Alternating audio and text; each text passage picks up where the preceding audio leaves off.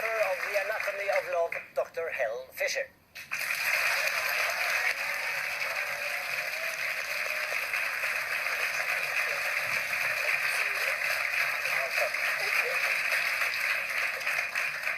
Welcome, Dr. Fisher. Thank you. Tell me, why do we become so crazy when we're madly in love? Wasn't that a scream? That whole tape was a scream. All of them had a bit of craziness to them. I and my colleagues have put over 100 people into a brain scanner to try and find out exactly what does happen in the brain when you're madly in love.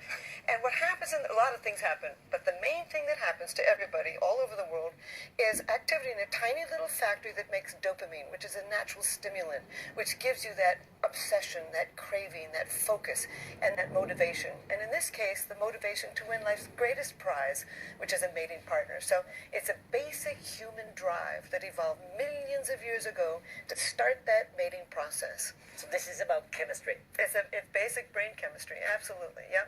Evolved millions of years ago. I think that, in fact, that we evolved three distinctly different brain systems for mating and reproduction. One is a sex drive, one is feelings of intense romantic love, and the third is feelings of deep attachment to a partner. And I think they evolved for different reasons. The sex drive gets you out there looking for a whole range of partners. You can have sex with somebody you're not in love with. Romantic love. Romantic love enables you to focus your mating energy on just one person at a time. And that third brain system of attachment enables you to tolerate them, stick with them, at least long enough to have a child together. So they orchestrate in so many different ways to give all the different nuanced feelings of intense romance. So are we like intoxicated in a way by these chemicals? As a matter of fact, brain regions linked with decision making begin to shut down, so that you can overlook just about everything. As a matter of fact, there's a whole brain region linked with negativity. We're sort of poised to look for the negative because for millions of years it was adaptive to remember what wasn't good, so you didn't do that again.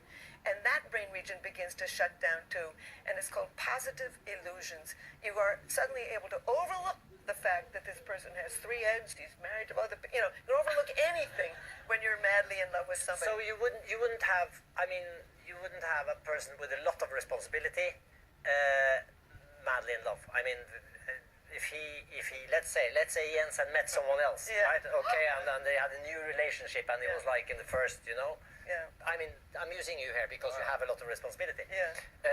And what he shouldn't be a NATO head of NATO, right? And be in law at the same time.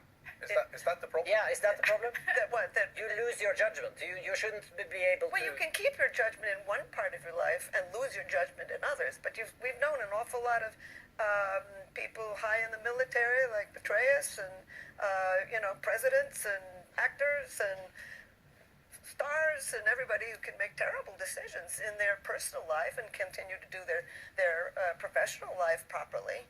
Love at first sight is a real thing. I mean, this brain system is like a sleeping cat.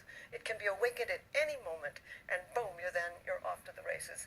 And over 50% of Americans believe that you can fall in love at first sight, and it's very easy to explain because it's a brain region. But why is it that we also sometimes meet the one? I mean, if we walk into a room, and you have a lot of people there, even attractive people, but still you see one person across the room, and that's her or that's him. Yeah. Why does that happen? We tend to fall in love with somebody from the same socioeconomic background, same general level of intelligence, same general level of good looks, same religious and social values, same reproductive and economic goals. But you can, just like you said, walk into a room, everybody's from your background, same general level of intelligence, and you don't fall in love with all of them. So I began to wonder whether basic body chemistry can pull you naturally towards one person rather than another. And, people will say we had chemistry or we didn't have chemistry. What do they mean by that? So I began to look in the brain. It's taken me many years. But I think that we've evolved, I've proven that we've evolved 4 very broad styles of thinking and behaving. People who are very expressive of the dopamine system in the brain. They're novelty-seeking, risk-taking, curious, creative, spontaneous, energetic. Certainly you're one of them. I'm not sure about you yet, but... We'll find out, won't we? Yeah. But these people are drawn to somebody like themselves. People who are very curious, creative, want somebody like themselves. People who are very expressive of the serotonin system, I call these people builders.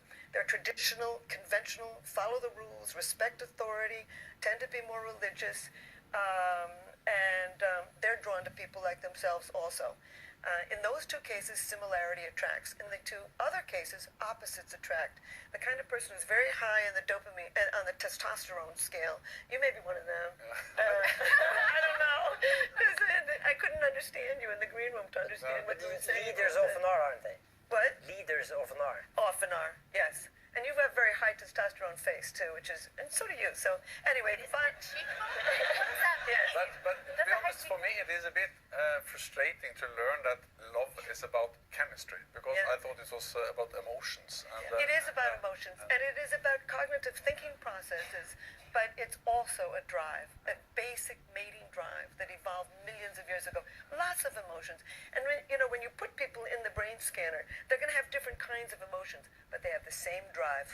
You said that one could have one could have sex without love. Yes. I think a lot of people have. I think they've even had sex with somebody hoping that they would fall in love.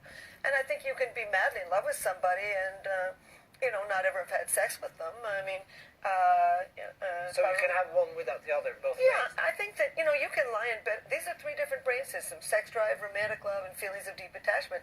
So we want all of them in one relationship, but it doesn't always work that way. I mean, you can lie in bed at night and feel deeply attached to one person, and then swing into feelings of intense romantic love for somebody else, and then swing into feelings of the sex drive for somebody you don't even know. Is it true that there has been some research that men and women kiss differently, and that we have a different approach to kissing? Yeah, I just love that woman who said, it's so sloppy, because men do like sloppier kisses. Nobody really knows why, but my hypothesis is... But can they learn? The good ones can learn, for sure. I don't know. I think I haven't had to teach somebody, thank goodness, but there's testosterone in saliva.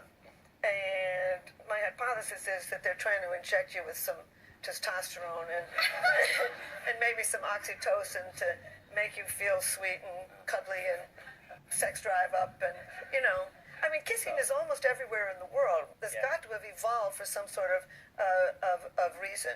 And there's also, it can really calm you down. If it's a long-term attachment to somebody, it'll drive up the oxytocin levels in the brain and give you feelings of deep attachment.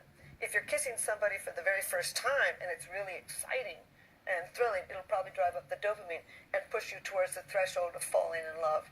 One last question. Is it, intense romantic love, is it something that can last? Yes, it can. You got to pick the right person. And we put 15 people who were all married an average of 21 years. Almost all of them had grown children into the brain scanner. They had come into our lab saying that they were still in love with their partner, not just loving them, but in love with their partner. And we said, I don't know, let's try it. So we put them in the scanner, and sure enough, we found activity in the same brain regions as among those who had just fallen happily in love, with one difference. Among those people who you've just fallen happily in love, there's activity in brain regions linked with anxiety. What did I say that for? Am I too fat? How come he did that? What am I? You're anxious when you've just fallen in love. But after many years of a deep marriage or relationship, the anxiety is gone. So the pain disappears. Yes. Actually. But what's interesting is, yes, the pain. It's not that painful. Unless you watch them kissing somebody else at a party, and it's all back again.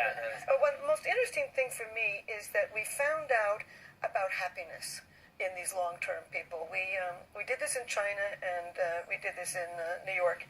And, psychologists will say a lot of things about what makes a happy partnership. But this is what the brain says. There's 3 brain regions that become active when you're really happily in love with the long-term partner. Brain region linked with empathy, a brain region linked with controlling your own emotions, and that same brain region with positive illusions, overlooking what you don't like and focusing on what you do. But it's totally possible to remain in love long-term. That was a good message. Good news. Yeah, good news. Amazing how love can bring people. Helen Fisher, thank you so much for being here.